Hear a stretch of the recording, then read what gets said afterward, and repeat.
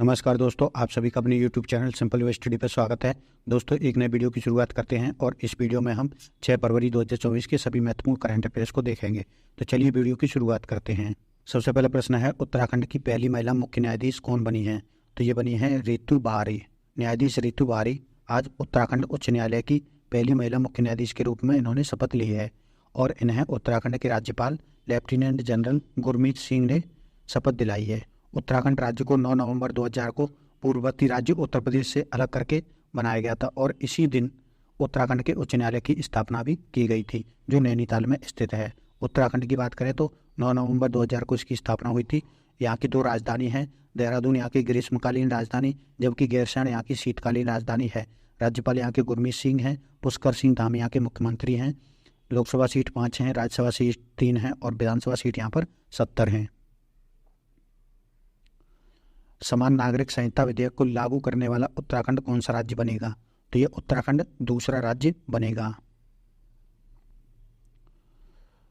मुख्यमंत्री पुष्कर सिंह धामी के नेतृत्व में उत्तराखंड मंत्रिमंडल ने समान नागरिक संहिता विधेयक को हरी झंडी दे दी है और यह विधेयक 6 फरवरी को उत्तराखंड की विधानसभा में पेश किया जाएगा।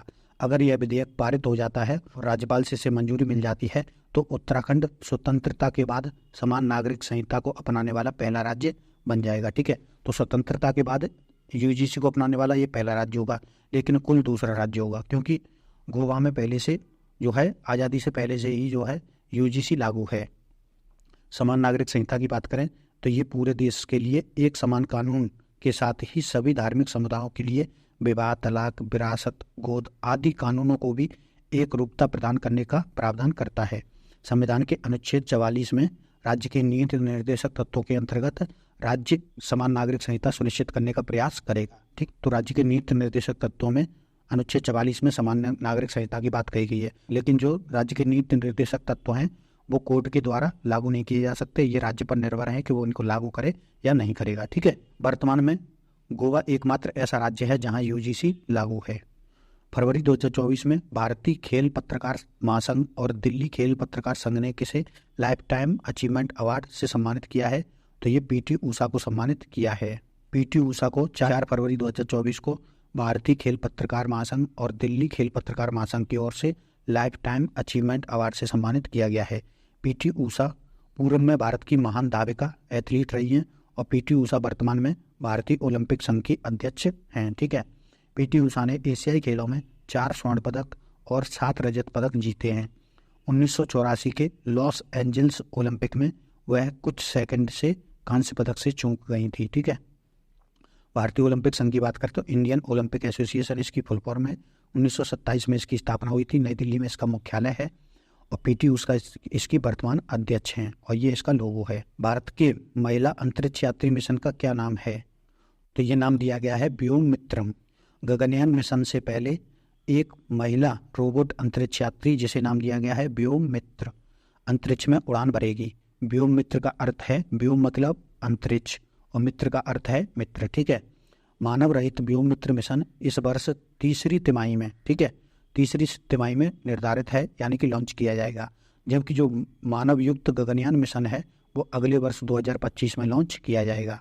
गगनयान मिशन की बात करें तो ये 2025 में लॉन्च होगा और भारत की गगनयान परियोजना का उद्देश्य मानव अंतरिक्ष उड़ान के लिए देश की क्षमताओं को प्रदर्शित करना है। इसमें 3 सदस्यीय दल 400 किलोमीटर की कक्षा में लॉन्च करने और 3 दिवसीय मिशन के बाद भारतीय समुद्री जल में उतरकर उन्हें सुरक्षित रूप से पृथ्वी पर वापस लाएगा। ठीक है, तो ये इसमें 3 लोग जो है अंतरिक्ष में 400 मीटर की ऊंचाई पर जाएंगे और 3 दिन तक वहाँ रुकेंगे और उसके बाद ये वापस सुरक्षित पृथ्वी पर आएंगे और ये भारत का गगनयान मिशन है। ब्रांड गार्जियनशिप इंडेक्स 2024 में शीर्ष स्थान पर किसे रखा गया है? तो इसमें हुआतेंग मा को शीर्ष स्थान पर रखा गया है, लेकिन जो जरूरी चीज़ है वो आपको याद रखनी है कि दूसरे स्थान पर इसमें मुकेश अंबानी को रखा गया है। ब्रांड फाइनेंस द्वारा संकलित ब्रांड गार्जियनशिप इंडेक्स 2024 में भारतीय उद्योगपति मुकेश अंबानी को शीर्ष भारतीय और विश्व में दूसरे स्थान पर रखा गया है, जबकि चीनी कंपनी टेंसेंट के सीईओ हुआतेंग मा को शीर्ष स्थान पर रखा गया है। ब्रांड फाइनेंस के सर्वे में अंबानी ने 80.3 का स्कोर किया। ठीक है, जबकि चीन के हुआटेंग मा ने 81.6 का स्कोर किया, जिससे मुकेश अंबानी का स्कोर थोड़ा कम है। टाटा सन्स के चेयरमैन एन चंद्रशेखरन को इसमें 5वें स्थान पर रखा गया है, जबकि महिंद्रा एंड महिंद्रा अनीश शाह को 6ठे स्थान पर रखा गया है और इन्फोसिस के सलिल पारेख को 16वें स्थान पर रखा गया है। ब्रांड गार्जियनशिप इंडेक्स क्या है? तो ये उन सीईओ को मान्यता देता है जो कर्मचारियों, निवेशकों और बड़े पैमाने पर समाज सहित सभी हितधारकों के हितों पर ध्यान करते हुए प्रभावी ढंग से व्यावसायिक मूल्य का निर्धारण करते हैं। ठीक है, तो जो फर्म अपने कर्मचारियों का भी उचित ध्यान रखते हैं और ज़्यादा से ज़्यादा ग्रोथ कर रहे हैं तो उनको इस सूची में शामिल किया जाता है। मुकेश अंबानी की बात करें तो ये रिलायंस इंडस्ट्री लिमिटेड के अध्यक्ष और एमडी हैं। ब्लूमबर्ग बिलियनियर इंडेक्स के अनुसार मुकेश अंबानी की नेटवर्थ 109 अरब डॉलर है और ये दुनिया के 11वें अमीर शख्स हैं। ठीक है, और ये भारत के शीर्ष या भारत के सबसे अमीर शख्स हैं। इस वर्ष मुकेश अंबानी को डाइवर्सिफाइड ग्रुप में ब्रांड गार्जियनशिप इंडेक्स 2024 में पहला स्थान मिला है। तो जो ब्रांड गार्जियनशिप इंडेक्स 2024 का ये है, इसमें अगर स्पेसिफिक डाइवर्सिफाइड श्रेणी की बात करें तो इसमें पहला स्थान मिला है। हाल ही में ग्लोबल 500 2024 शीर्षक नाम की एक रिपोर्ट में जियो, LIC और SBI को पीछे छोड़ करके भारत के सबसे मजबूत ब्रांड के रूप में उभरा है। ठीक है, तो जियो ने SBI और LIC को पीछे छोड़ करके भारत का सबसे मजबूत ब्रांड बना है। पंजाब के राज्यपाल कौन बने हैं? तो ये किरण बेदी बनी है पंजाब की राज्यपाल। हाल ही में पंजाब के राज्यपाल बनवारी लाल पुरोहित जी ने इस्तीफा दे दिया था, तो अब किरण बेदी यहाँ की नई राज्यपाल बनी हैं। देश की पहली महिला IPS अधिकारी किरण बेदी पंजाब की राज्यपाल बनाई गई हैं। हाल ही में पंजाब के राज्यपाल बनवारी लाल पुरोहित और केंद्र शासित प्रदेश चंडीगढ़ के प्रशासक ने अपने पद से इस्तीफा दे दिया था। ठीक है, और जो राज्यपाल हैं वो अपना इस्तीफा राष्ट्रपति को सौंपते हैं। अगस्त 2021 में पुरोहित को पंजाब के कार्यवाहक राज्यपाल के रूप में नियुक्त किया गया था। संविधान के भाग 4 में अनुच्छेद 153 से अनुच्छेद 167 में राज्य कार्यपालिका से संबंधित प्रावधान किए गए हैं। पंजाब की बात करें तो 1 नवंबर 1966 को इसकी स्थापना हुई थी। राजधानी चंडीगढ़ में है। मुख्यमंत्री भगवंत मान सिंह यहाँ के मुख्यमंत्री हैं। लोकसभा सीट 13 हैं, राज्यसभा सीट 7 हैं और विधानसभा सीट यहाँ पर 117 हैं। और राज्यपाल कौन है? तो यहाँ के राज्यपाल हैं बनवारी लाल पुरोहित। ठीक, ईसा फाउंडेशन ने किस स्थान पर आदियोगी शिव की 242 फीट ऊंची प्रतिमा स्थापित करने की योजना बनाई है? तो ये योजना बनाई है नोएडा में जेवर एयरपोर्ट के पास। पश्चिमी उत्तर प्रदेश के जेवर में बन रहे नोएडा इंटरनेशनल एयरपोर्ट के पास आदियोगी शिव की प्रतिमा स्थापित करने के लिए नागरिक विमानन मंत्रालय से सैद्धांतिक मंजूरी इसको मिल गई है। ईसा फाउंडेशन के द्वारा यहां आदियोगी शिव की 242 फीट ऊंची प्रतिमा स्थापित की जाएगी। ठीक है, और वर्तमान में राजस्थान के राजसमंद जिले के नाथवाड़ा में 369 फीट ऊंची विश्व की सबसे ऊंची शिव प्रतिमा, जिसे विश्वास स्वरूपम नाम दिया गया है, का निर्माण किया गया है। तो विश्व की सबसे ऊंची प्रतिमा कहाँ पर है? तो राजस्थान के राजसमंद जिले में नाथवाड़ा में। ठीक है, और नोएडा के जेवर इंटरनेशनल एयरपोर्ट के पास में 242 फीट ऊंची आदियोगी शिव की प्रतिमा स्थापित करेगा ईसा फाउंडेशन।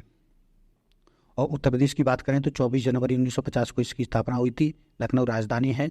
आनंदीबेन पटेल यहाँ की राज्यपाल हैं। योगी आदित्यनाथ मुख्यमंत्री हैं। लोकसभा सीट 80, राज्यसभा सीट 31 और विधानसभा सीट 403 हैं। अब हम अन्य महत्वपूर्ण खबरों को देख लेते हैं। पहली खबर है, वरिष्ठ अधिवक्ता राजेंद्र प्रसाद को राजस्थान का नया महाधिवक्ता नियुक्त किया गया है। राज्यपाल कलराज मिश्र ने नियुक्त किया है। तमिलनाडु के एन्नोर में कोरोमंडल इंटरनेशनल लिमिटेड उर्वरक संयंत्र में अमोनिया के रिसाव के बाद पर्यावरण, जलवायु परिवर्तन और वन विभाग ने कंपनी पर 5.92 करोड़ का जुर्माना लगाया है। फ्रांस डिजिटल वीजा की पेशकश करने वाला पहला यूरोपीय राष्ट्र बन गया है। एलोरा अजंता अंतर्राष्ट्रीय महोत्सव 2024 का आयोजन छत्रपति संभाजीनगर जिला महाराष्ट्र में किया गया है। उत्तराखंड में विश्व प्रसिद्ध बद्रीनाथ धाम के मुख्य पुजारी ईश्वरी प्रसाद नंबूदरी को केरल में शंकर स्मृति पुरस्कार से सम्मानित किया गया है।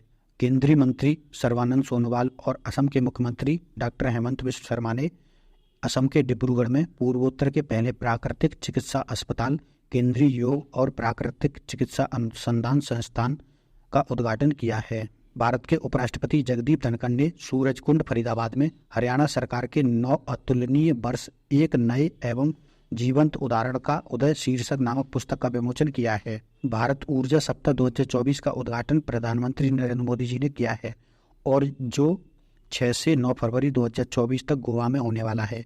यह देश की सबसे बड़ी और एकमात्र व्यापक ऊर्जा प्रदर्शनी और सम्मेलन है। ठीक है, तो भारत ऊर्जा सप्ताह 2024 एक ऊर्जा प्रदर्शनी और सम्मेलन है जिसका उद्घाटन प्रधानमंत्री नरेंद्र मोदी जी ने किया है और ये 6 से 9 फरवरी 2024 तक गोवा में आयोजित की जा रही है।